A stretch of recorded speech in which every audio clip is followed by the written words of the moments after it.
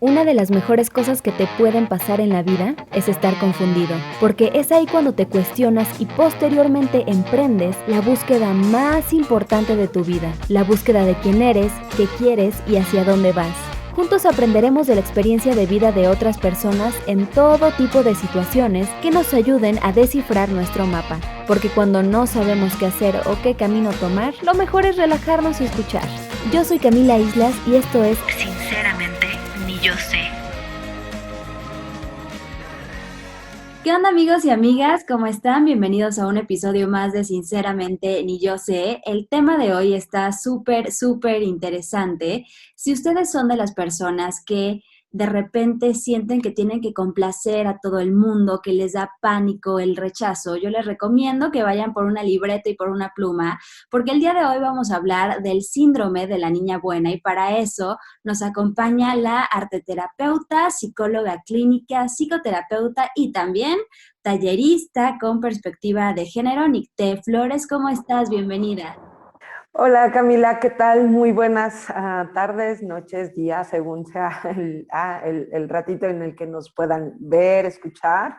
Pues súper feliz de estar aquí nuevamente como compartiendo contigo y con todas las personas que también están del otro lado de la cámara o del radio. A mí también me da muchísimo gusto que estés de regreso y justo para hablar de un tema tan importante, ¿no? Fíjate que estaba investigando y dentro de mi investigación, ya tú me irás corrigiendo, vi que el síndrome de la niña buena también se le puede decir el síndrome de Wendy, justo haciendo alusión a este personaje de Peter Pan. Y aparte, yo creo que, no sé, tú explícanos mejor, pero creo que no es un trastorno mental, o sea, es algo que vamos aprendiendo mientras vamos creciendo, ¿cierto? Es correcto, Camila. Sí, es cierto. En realidad no existe como definición psicopatológica, síndrome o trastorno de la niña buena o síndrome o trastorno de Wendy, ¿no? Haciendo alusión, o bien como contraparte del síndrome de Peter Pan, que típicamente se ha atribuido a ciertas características en ciertos hombres. Y bueno, en efecto, tú lo decías como bastante bien. ¿Qué es esto del síndrome de Wendy o de la niña buena? Lo hablabas muy bien. Esta necesidad como tan fuerte que experimentamos algunas personas por la aprobación, por la integración, por la aceptación, por el estar alineada a lo que se espera justo de una niña buena, ¿no? Y creo que, a ver, pues no sé, tú contéstame, Camila, o preguntémonos, ¿tú eres una niña buena? ¿Tú crees que eres una niña buena? Yo creo que gran parte de mi vida sí lo aprendí así, este miedo al rechazo, esta necesidad de complacer, ¿no?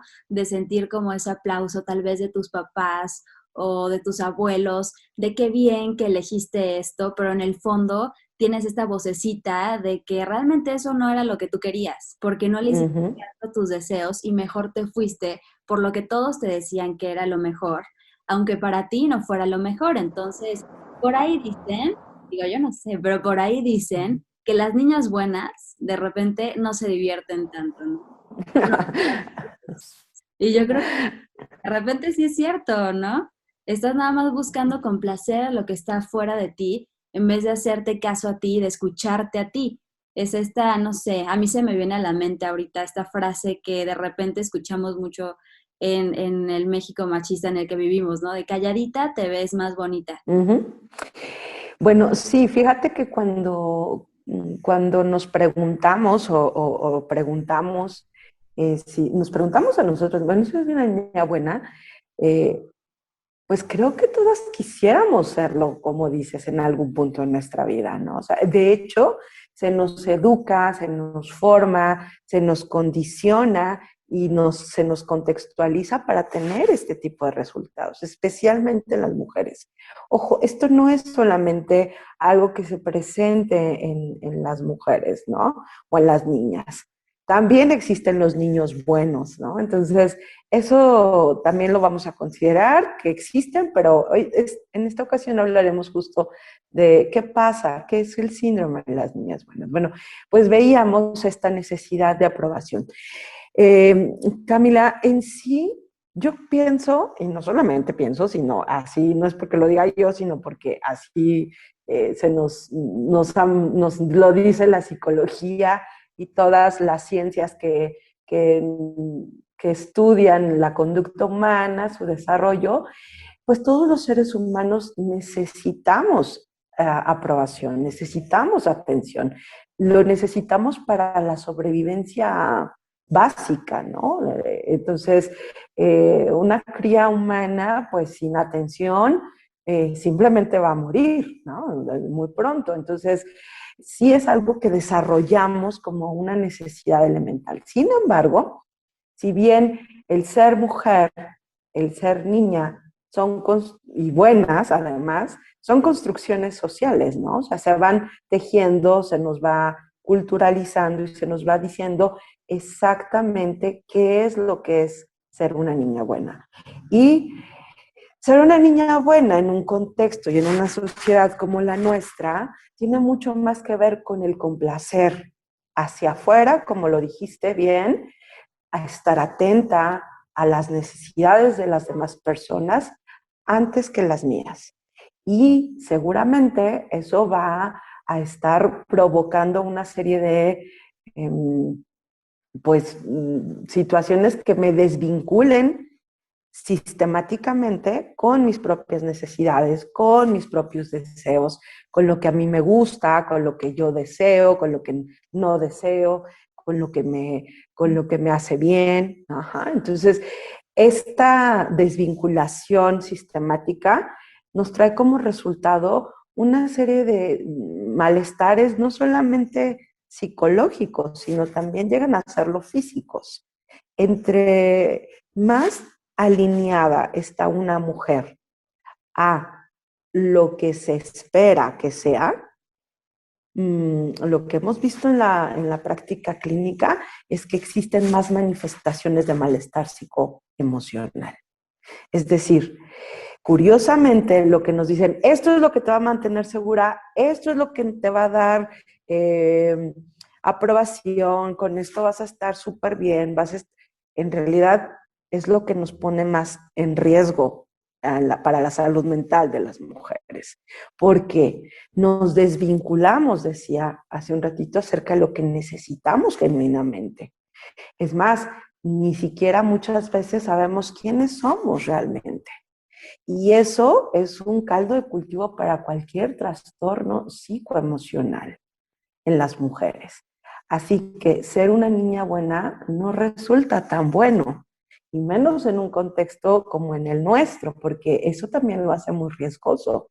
El dejar de estar en alerta o atenta, por ejemplo, a las señales de violencia, por ejemplo, en unas relaciones, a las señales de la violencia psicológica, nos deja como desarmadas o muy vulnerables para otro tipo de violencias, ¿no? Entonces, al final, esto que nos dijeron de calladita te ves más bonita, las niñas buenas no se enojan, las niñas bonitas no protestan, bueno, pues si tú observas, son frases, pero prácticas de crianza que van dejando a las niñas y a las adolescentes y eventualmente a las mujeres sin defensas ni psíquicas ni sociales para decir, esto no me gusta, esto me parece injusto, esto me estás transgrediendo, y creo que es como el riesgo, ¿no? Fíjate que en esta revisión, así como tú estudiaste, yo también me di la tarea de leer un poquito, me encontré con el caso de una decana de una universidad de Estados Unidos que hace una investigación a partir de darse cuenta que en esta universidad, con el mismo puesto de decano, un hombre ganaba hasta una tercera parte más que ella en su salario. Y entonces va con la autoridad correspondiente y le cuestiona, ¿no? Oiga, es que siendo yo decana y esta persona decano, varón, ¿por qué se me paga una tercera parte menos del salario? Y bueno, pues esta autoridad le da una respuesta muy interesante, porque él lo pidió. Entonces, a partir de esa respuesta, esta investigadora se da la tarea como a documentar cómo es que las mujeres, estando en los mismos puestos de responsabilidad y de jerarquía laboral, no pedimos o no luchamos o no exigimos muchas veces, ¿no? Por ejemplo, un pago justo o equivalente o no, igualitario al de un varón. Y resulta que en su experimento lo que hace es que prepara un grupo de actrices y actores y bueno, pues van a diferentes entrevistas de trabajo. Se muestra y se demuestra que los hombres que manejan un discurso y una manera de presentarse a estas entrevistas de asertivos, enérgicos, determinantes, son contratados, ¿no? Sean hombres o mujeres quienes están haciendo esta entrevista. Sin embargo, por el lado de mujeres que van y que se muestran enérgicas, asertivas, determinantes, no son contratadas en su mayoría, independientemente si son hombres o mujeres quienes están haciendo la entrevista laboral. Y bueno, cuando se muestran las actrices con una actitud agradable, tranquila, sumisa, como tú quieras, conciliadora, como es una niña buena, entonces se les incorporaba, ¿no? Se les contrataba. Esto es algo que a mí me llamó mucho la atención porque justo veíamos estas enormes diferencias sociales sobre cómo sí se va construyendo este síndrome llamado de la niña buena. Y bueno, pues estas evidencias las podemos encontrar, y así una serie de estudios que por ahí aparecieron, que bueno, tampoco es como para alargarnos. Está súper fuerte todo esto que nos cuentas del estudio, esta idea que como comentas, ¿no? Se refuerza socialmente en la que las niñas buenas no piden, que las niñas buenas no se enojan, y es que recordemos que entonces el enojo tiene una función en la vida del ser humano. Y esa función es que cuando te enojas pones un límite. Entonces, las niñas buenas tampoco ponen límites, porque ni siquiera saben cómo. Porque, ¿no? A cualquier persona que le haya pasado en su vida, saben que si han experimentado el síndrome de Wendy o de la niña buena, entonces estás todo reprimido y mejor te callas porque no quieres crear ningún conflicto, porque dices no se vaya a enojar, mejor lo dejo así, al rato se le va a pasar, fue mi culpa, y después viene la ansiedad y la frustración porque entonces no haces lo que quieres. ¿Qué te parece si para todas las personas que nos están escuchando hacemos un test? El test para saber si tenemos el síndrome de la niña buena, si estamos pasando por eso. Así es que a todas las personas que nos están escuchando, este es su momento para correr por su pluma y por una hojita para ir haciendo check. Yo ya estoy aquí lista, así es que Nicté, dinos, vamos a hacer este test. Bien, bueno, como dices, es un check. Vamos a ver cómo están presentes estas características. Bien, si tenemos 3 o más de estas características presentes en nuestra forma de operar o de relacionarnos, ojo, no es solamente con nuestras parejas, es en general. Podemos tener este tipo de conductas en otras relaciones, nuestra familia laboral, nuestras amigas, nuestros amigos, ¿de acuerdo? ¿Va? Bien, entonces, muy bien. Primera pregunta. ¿Eres una mujer que actúas con comportamientos complacientes casi todo el tiempo? pasas de largo lo que sientes o piensas por miedo a incomodar a los demás, tiendes a eclipsar por completo tus propios deseos para cumplir los deseos ajenos. Las emociones que predominan en tu día a día son la ansiedad y sentimientos de culpa. ¿Crees que tienes baja autoestima porque no sientes merecer cosas y personas buenas en tu vida? Y por último, como para ahí tenerlo presente, es ¿confías en ti misma o prefieres que otras personas tomen decisiones por ti?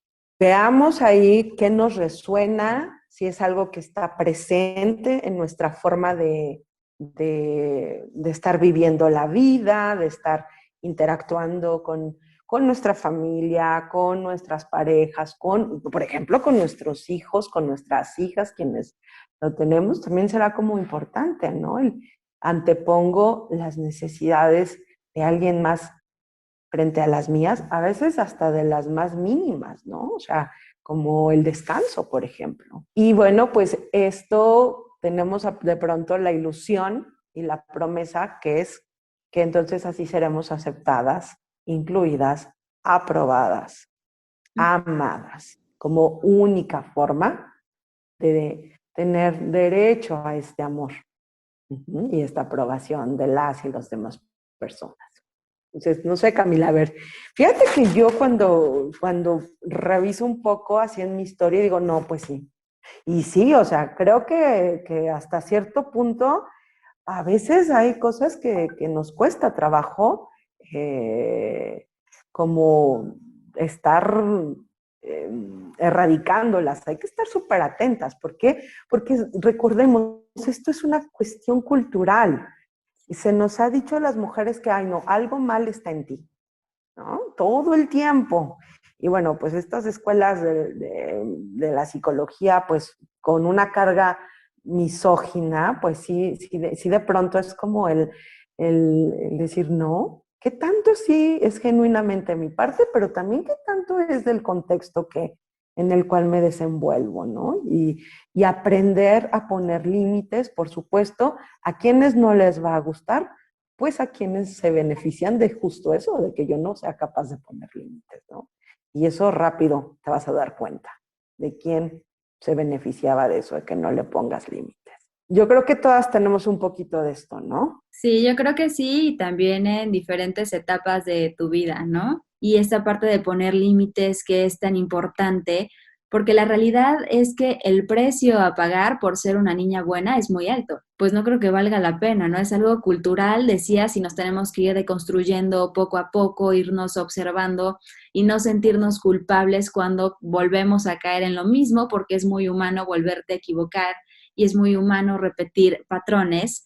¿Qué es lo que desencadena ser una niña buena?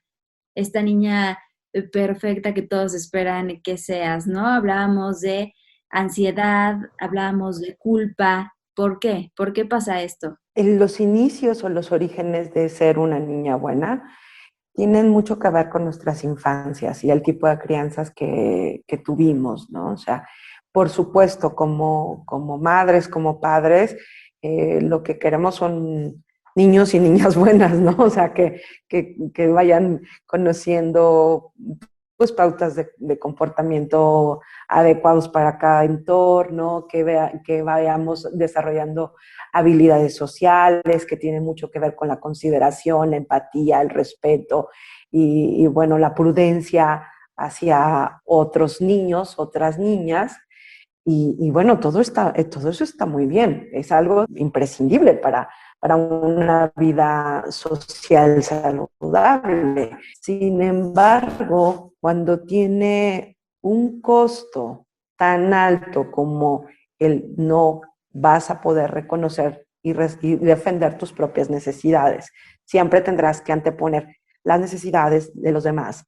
Vas a tener que compartir todo el tiempo, todos tus juguetes, tus alimentos, tienes que darlo, ¿no? O sea, la palabra de la maestra, del maestro, del otro niño, de la otra niña, tiene mucho más valor que la tuya, ¿no?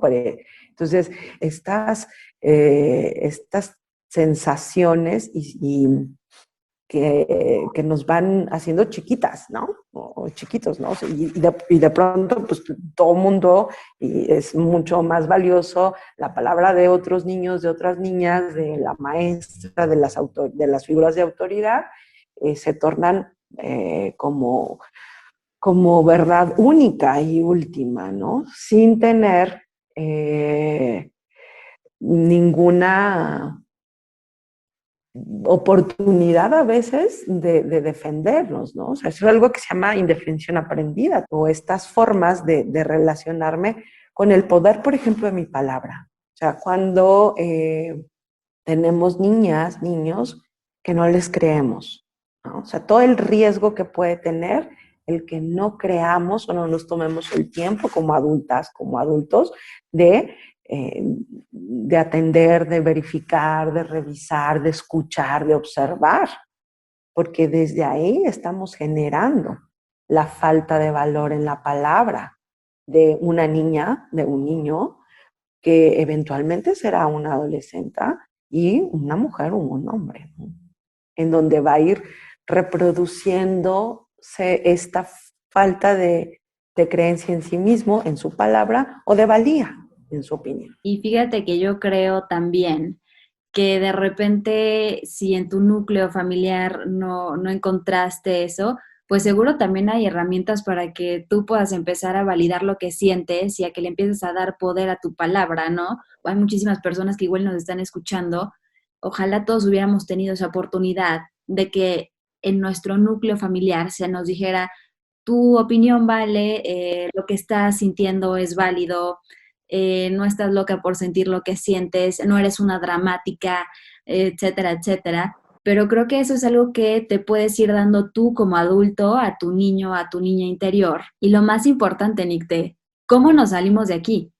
Si ya hicimos nuestro test y de repente dijimos, ¿sabes qué? Ahorita sí estoy viviendo así, sí tengo el síndrome de la niña buena, me estoy vaciando, estoy dándole todo de mí a los demás y ya no sé ni dónde quedé yo, ya no sé ni quién soy yo. Ahora, ¿cómo me salgo de esta dinámica? ¿Cómo me libero de este rol? El reconocimiento de que estamos dentro de ese rol ya es un primer y valiosísimo paso, ¿no? O sea, el saberlo, el darme cuenta, creo que es como súper importante. Ahora, ¿qué podemos hacer? Eh, Empezar a experimentar el poner límites.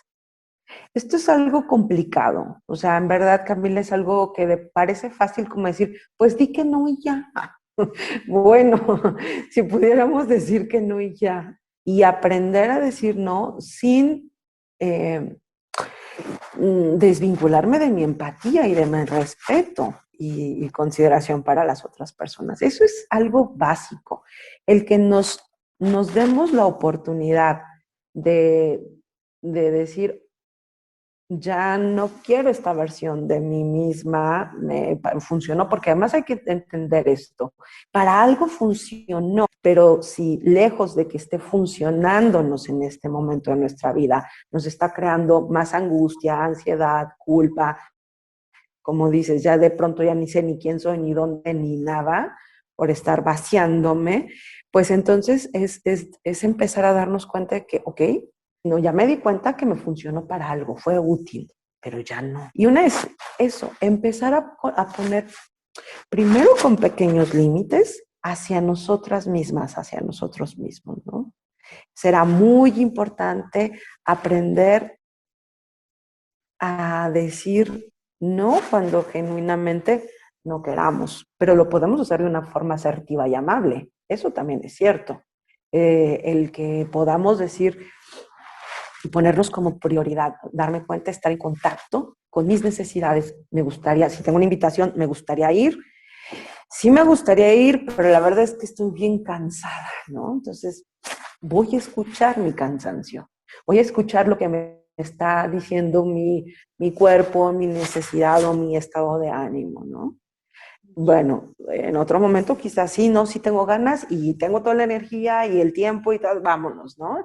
Eso también. Es que de verdad me cuesta mucho trabajo decir, no, que lejos de que sea algo que me alivie, me agobie.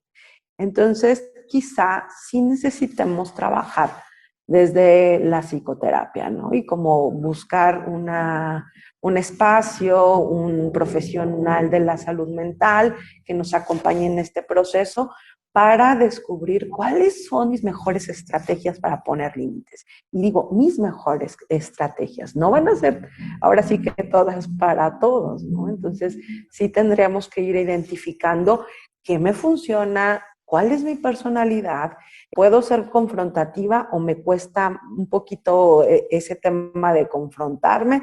Finalmente es el autoconocimiento, ¿no? Y hasta dónde sí puedo y hasta dónde no, y qué sí puedo desarrollar y qué otras cositas creo que no. Y eso lo vamos descubriendo en psicoterapia, también es totalmente válido, ¿no? Claro que existe la presión social, recordemos que esto a veces va a ser mucho más intenso que otras veces. Sin embargo, algo que sí podemos hacer consciente y deliberadamente es recordarnos que estamos como en esta práctica o entrenamiento en establecimiento de límites y que está bien.